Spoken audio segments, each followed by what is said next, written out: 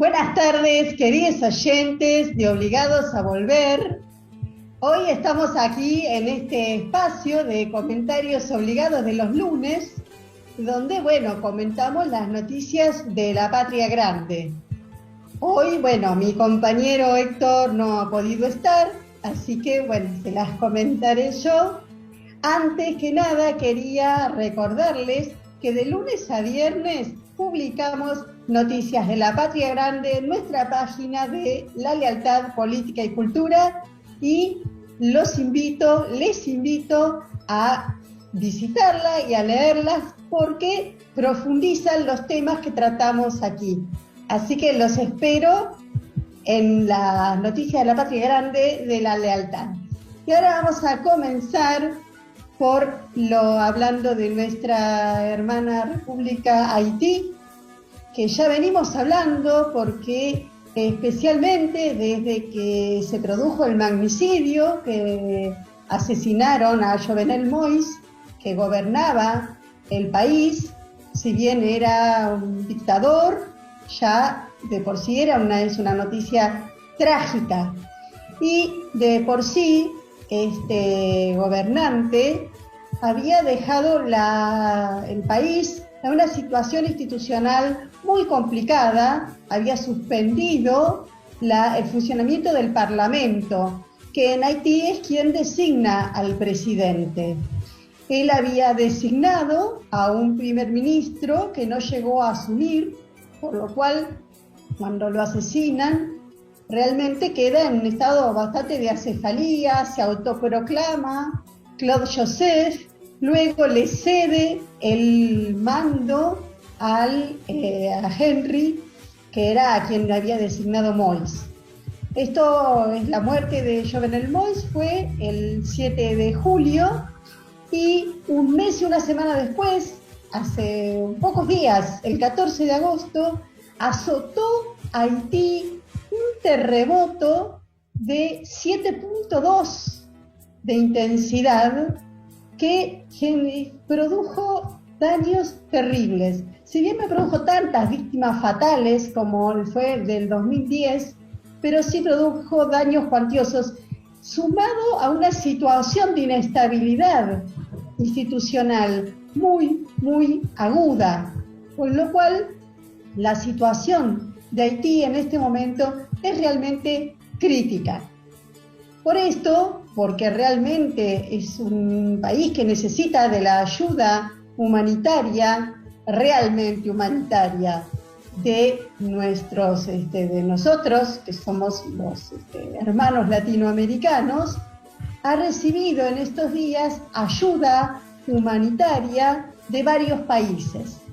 Con respecto a nuestro país, el canciller Felipe Solá, el ministro de Defensa Jorge Tayana y la presidenta de la Comisión Cascos Blancos, Marina Cardelli, despidieron a la misión humanitaria rumbo a Haití a bordo de un avión Hércules de la Fuerza Aérea para asistir a la población local afectada por el terremoto. Y coincidieron en señalar que la nación caribeña atraviesa un momento muy difícil. Queremos mostrar a Argentina como lo que es, un país solidario, de paz, que ayuda a una nación latinoamericana y hermana en un momento muy difícil de su historia, destacó Tayana. Y agregó que se trata de una misión muy importante para Cascos Blancos, que es una institución argentina creada hace 27 años y que lleva hechas más de 700 misiones humanitarias por todo el mundo. Cascos Blancos actúa con una tradición de no injerencia, de imparcialidad, de respeto a los derechos humanos. En este caso es Haití, que nos ha hecho un requerimiento, y entonces allí van los Cascos Blancos con su equipo de médicos, ayudantes, expertos en catástrofes e insumos.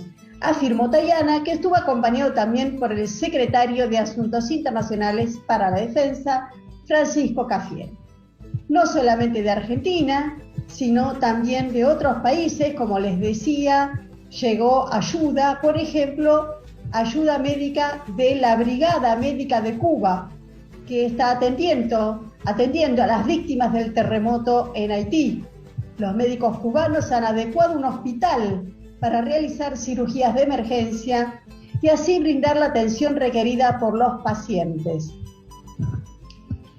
Por otro lado, para poder comprender un poco la situación institucional de Haití, tenemos la palabra de Jean-Paul Pierre, un economista, que nos dice que las organizaciones populares reclaman un gobierno de transición, pero ya desde antes del asesinato de Moïse. Él dice que el terremoto llegó en un momento de crisis muy aguda, donde la sociedad haitiana está viviendo una experiencia de inestabilidad sociopolítica e institucional muy fuerte con el asesinato del expresidente Jovenel Moïse a manos de mercenarios colombianos. Sí, ya se ha descubierto que han sido mercenarios colombianos entrenados en Estados Unidos quienes han perpetrado el asesinato, el magnicidio al presidente de Haití. Una nota de Nodal nos comenta que una serie de revelaciones, versiones encontradas y filtraciones a la prensa salpican directamente a los países que están colaborando, pondría yo entre comillas, con las investigaciones sobre el crimen. Colombia y Estados Unidos. Pero sobre llovido mojado. El 14 de agosto, el terremoto de más potencia, pero con menos víctimas fatales que el de 2010, se abatió contra Haití. La respuesta humanitaria, y ahora yo pongo entre comillas humanitaria, de Washington, fue enviar un contingente de marines que, si bien no necesitan dar rodeos para invadir países, en este caso han utilizado el recurso de ser bondadosos y solidarios con la tragedia haitiana y han hecho pie nuevamente en un país que invadieron ya en varias ocasiones y en donde casi siempre controlaron a sus gobernantes. Una serie de revelaciones han descubierto que los que están justamente investigando el crimen en realidad han sido los que han perpetrado el magnicidio. O como si todo esto fuera poco, la situación de Haití es más complicada aún por el accionar de bandas paramilitares que producen violencia, actúan con una gran violencia.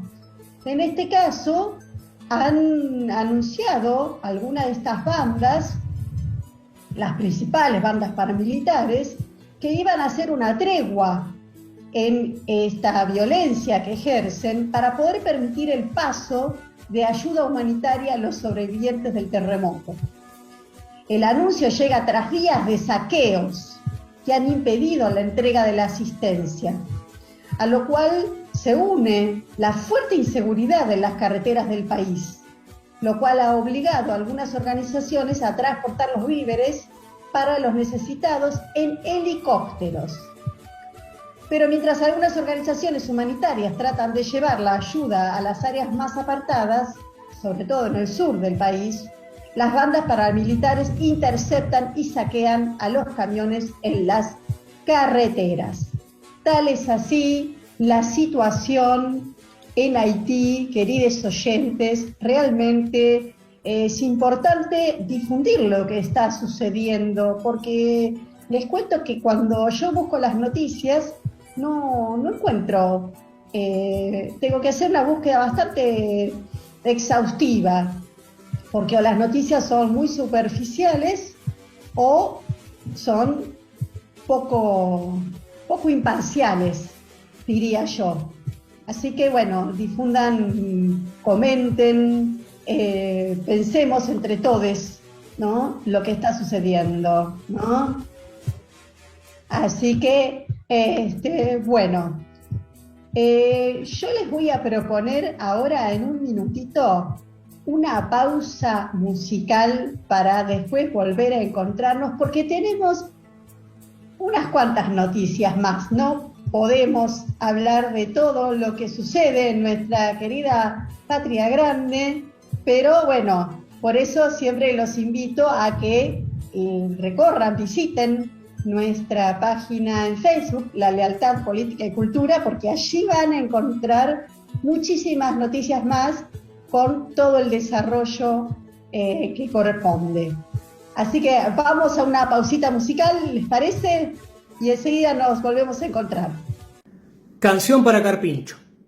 Estamos todos recorriendo la ciudad, volviendo a casa, recordando el humedal.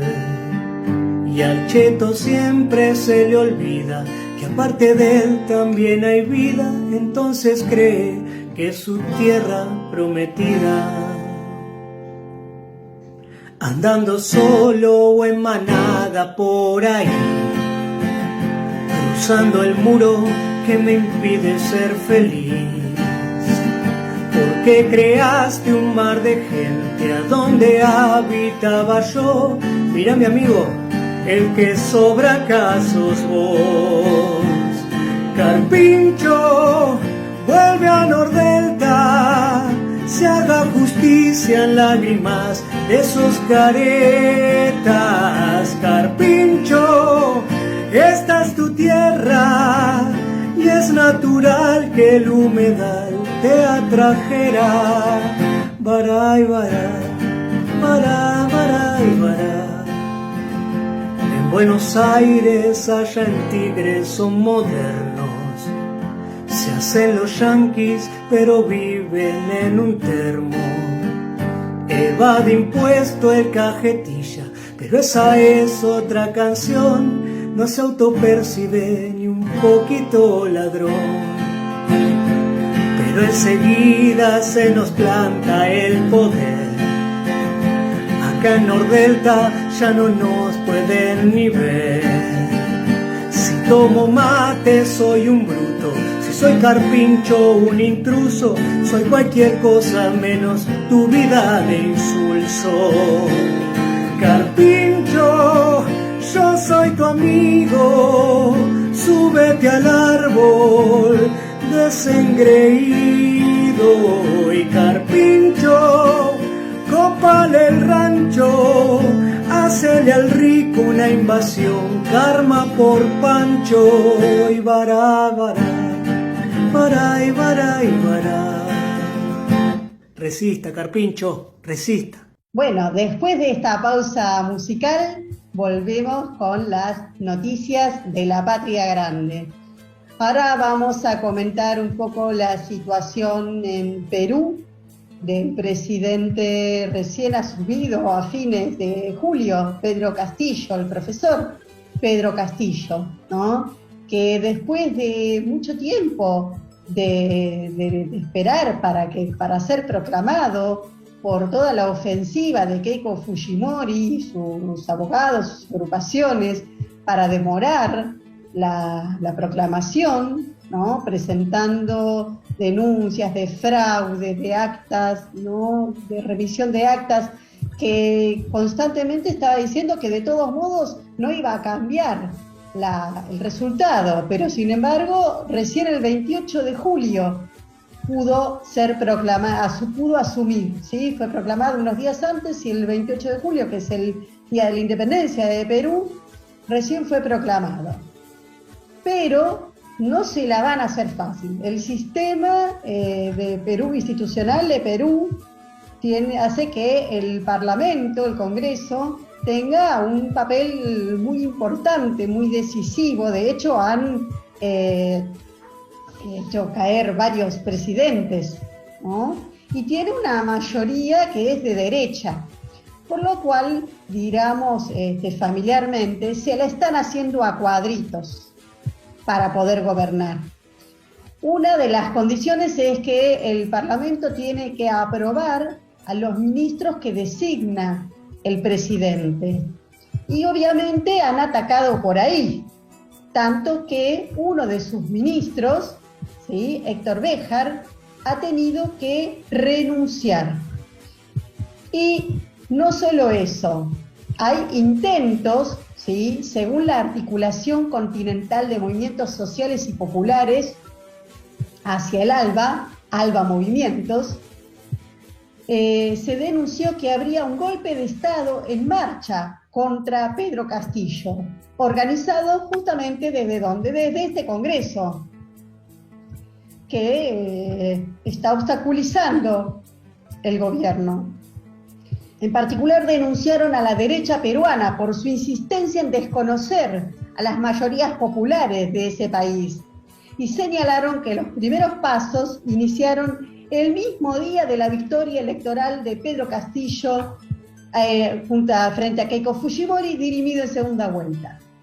ALBA Movimientos expresa que ahora se ha acentuado esa tendencia desde que lograron sacar a Héctor Béjar de la Cancillería, asunto que aconteció la semana pasada, lo cual la articulación considera puede ser el puntapié inicial de una contraofensiva golpista que califican de vendepatria y ultrarreaccionaria. La denuncia abunda en que estos sectores reaccionarios intentan derrocar al gobierno popular recién asumido, usando la figura de vacancia presidencial por incapacidad moral. Yo les diría a ustedes, la derecha hablando de moralidad justamente. Bueno, sigo. Esta es una figura difusa y desprestigiada, parte de la institucionalidad desgastada y en crisis, señala la Alianza de Movimientos Sociales.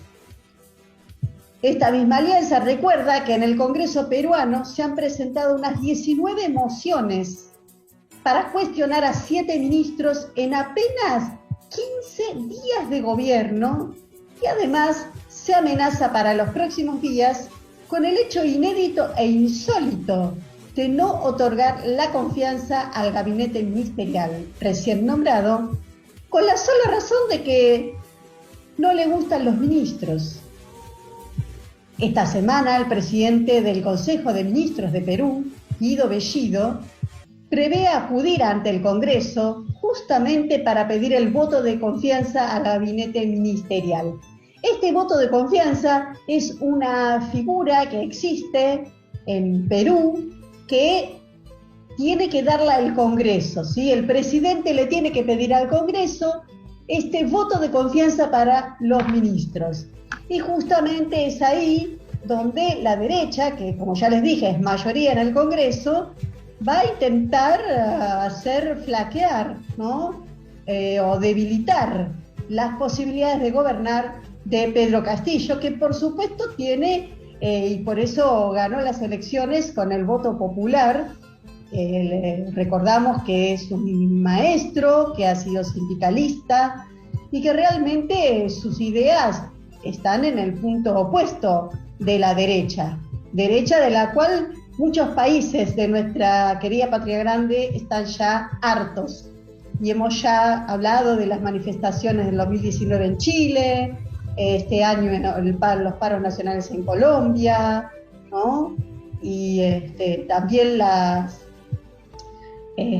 protestas campesinas en Guatemala contra Jean Mattei. Realmente, como ya les hemos comentado, es un momento donde el pueblo se cansó y está levantándose para defender sus derechos. Y siguiendo con las protestas que suceden en nuestra querida patria grande, en Brasil, los indígenas brasileños han montado un campamento de protesta en Brasilia. La protesta se mantendrá lo que dure el análisis de una legislación en el Tribunal Supremo sobre demarcación de tierras.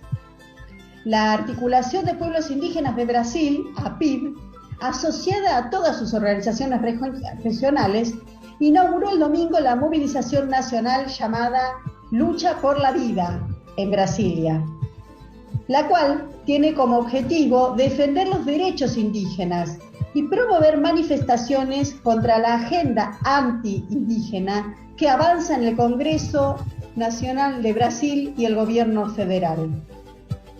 Estas actividades, que se extenderán hasta el 28 de este mes, se centrará en el juicio sobre la tesis del marco temporal ante la Corte Suprema de Brasil, que se espera retomar el 25 de agosto para definir el futuro de la demarcación de tierras indígenas. El movimiento indígena denuncia constantemente el agravamiento de la violencia contra estos pueblos, dentro y fuera de sus territorios tradicionales. Y hablando de demarcación de la tierra, yo no diría que es casual, no sé qué pensarán ustedes, pero en la tierra indígena de Yaraguá, en el mismo Brasil, las comunidades guaraní-ndiá denunciaron que un incendio que fue provocado, por lo que se pidieron investigaciones. A mí no me parece que sea mucha casualidad, ¿no? Precisamente que justamente cuando los indígenas están protestando por una ley de tierras, de demarcación de tierras, de defensa de los territorios que fueron ellos los que lo ocuparon primero, antes que a Brasil llegaran los portugueses, y ahora resulta que hay un incendio provocado justamente en tierras de comunidades indígenas. Realmente deleznable. La Comisión de Derechos Humanos de la Orden de Abogados del Brasil informaron que desde horas de la tarde, brigadistas se mantienen en la zona del incendio luchando contra las llamas, las cuales están devastando parte del patrimonio de los indígenas. Los vecinos quieren que se envíen más bomberos a la zona para contener el fuego, indicó el jurista de la comisión, Amovio Rocha. Bueno, y para ir cerrando esta emisión de comentarios obligados, y también hablando, ¿no?, de las manifestaciones populares, recordamos que el pasado jueves 18 de agosto, acá en nuestra Argentina, en nuestra ciudad de Buenos Aires, una multitud marchó al Congreso el jueves pasado para exigir la sanción de la ley de humedales, que está cajoneada desde noviembre. Piden que se declare la normativa para proteger los ecosistemas que están siendo devastados por las quemas intencionales, también en nuestro país, ¿se acuerdan? ¿No? Hace unos meses nomás, en Córdoba, en varias provincias. En Córdoba fue terrible la cantidad de hectáreas que fueron devastadas por el fuego, ¿no? Y también la sequía, porque el cambio climático, ¿no?, está produciendo sequías muy importantes, con lo cual, además de las quemas intencionales, esta sequía hace que sea mucho más difícil de combatir el fuego, además de que mucho más fácil de que el fuego se extienda, ¿no? Y esta ley de humedales, aunque tiene dictamen favorable, está cajoneada en la Comisión de Agricultura en Diputados. Una multitud marchó desde Plaza de Mayo al Congreso para exigir la urgente sanción de esta ley. Una ley que corre el riesgo de perder estado parlamentario en medio de una crisis climática e incendios en el mundo sin precedentes. Cuando las leyes en el Congreso quedan cajoneadas durante determinado tiempo, pierden estado parlamentario. Quiere decir que pierden la posibilidad de ser discutidas, ¿sí?, debatidas y por lo tanto convertirse realmente en leyes. De esta marcha participó la agrupación multisectorial Humedales, que está centralizada en la ciudad de Rosario, Santa Fe, de nuestro país, que es la que organizó una travesía en la que 50 kayakistas recorrieron el río Paraná desde Rosario hasta Buenos Aires. El viaje duró 7 días y fue un símbolo de lucha y resistencia contra el ecocidio.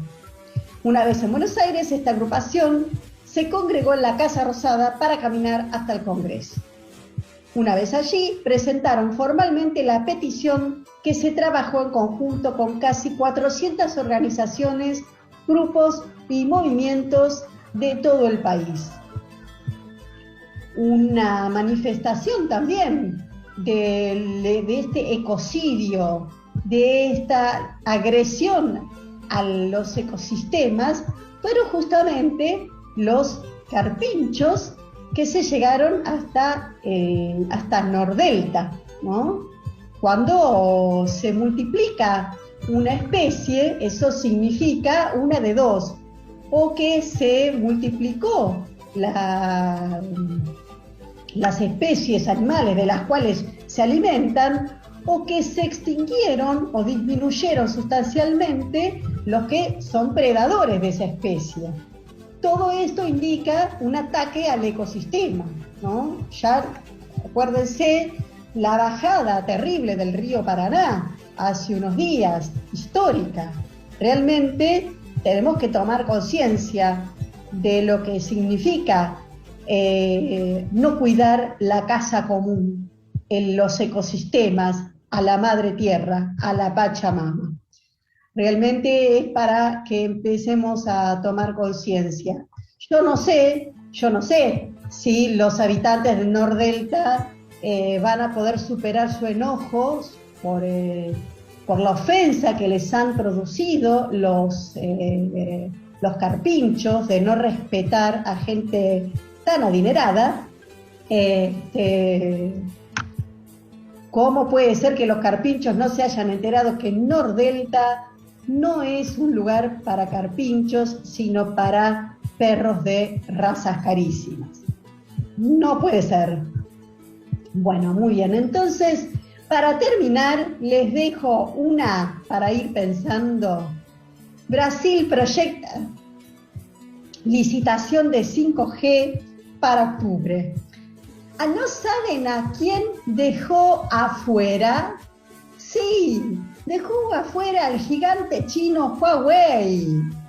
Sometido a sanciones de Estados Unidos, quedaría excluido de participar de esta licitación para una red gubernamental de Brasil por los términos del llamado. Aunque no del resto de la licitación, no queda muy claro esto. Sería una red privada, gubernamental, esta que va a ser licitada para 5G, que tiene unos requerimientos por las cuales algunas empresas podrán participar y otras no. Por ejemplo, hay un socio de Huawei que es miembro del Partido Comunista de China. Escuchen esto. Ese sería un impedimento, añadió el ministro brasileño. ¿Cuál sería el impedimento? Que hay un socio de Huawei que es miembro del Partido Comunista de China. Puntos suspensivos. Sin embargo, señaló que Huawei no tendría interés en construir esa red paralela que atendería a sectores sensibles como organismos de gobierno, de justicia, las Fuerzas Armadas y el Banco Central. Bueno, queridos oyentes, se las dejo picando y por hoy nos despedimos. Me despido y sin olvidarme de agradecerle a Nico Rearte, que hace posible que salgamos al aire y que siempre nos está asistiendo en la operación técnica. Les vuelvo a recordar que no se olviden de visitar nuestra página La Lealtad Política y Cultura, donde de lunes a viernes por la tarde o nochecita publicamos las noticias de la Patria Grande. Les mando un abrazo fuerte, sigamos cuidándonos y hasta mañana con nuestros comentarios obligados y yo los vuelvo a ver el lunes próximo. ¡Saludos!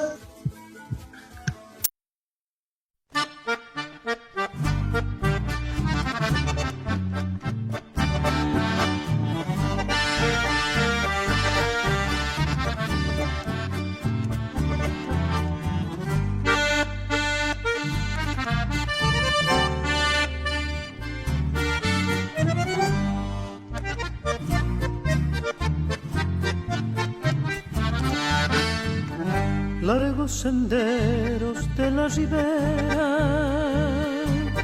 hilos de arena quedan detrás.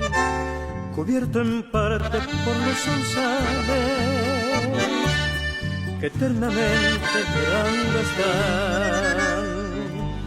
Todos los días se ve que vienen los pobladores de aquel lugar a las orillas donde ellos tienen en sus canoas su capital. Altos juncales y pajas bravas se alzan al aire para llegar hasta el espejo ancho y profundo que son las aguas del Paraná.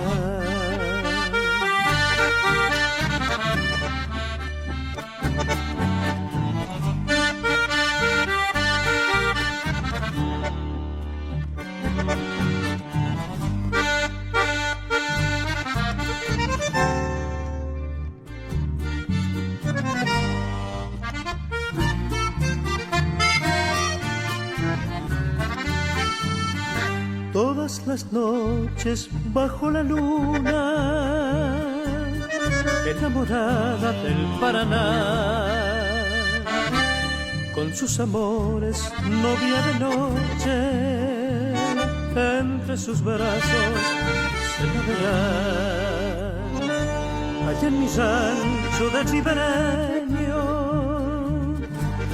forjé mil sueños que el río llevó. Con mi bagaje de suerte ingrata, hoy lloro ausencia en la canción. Altos juncales y pajas bravas se alzan al aire para llegar hasta el espejo ancho y profundo que son las aguas del Paraná.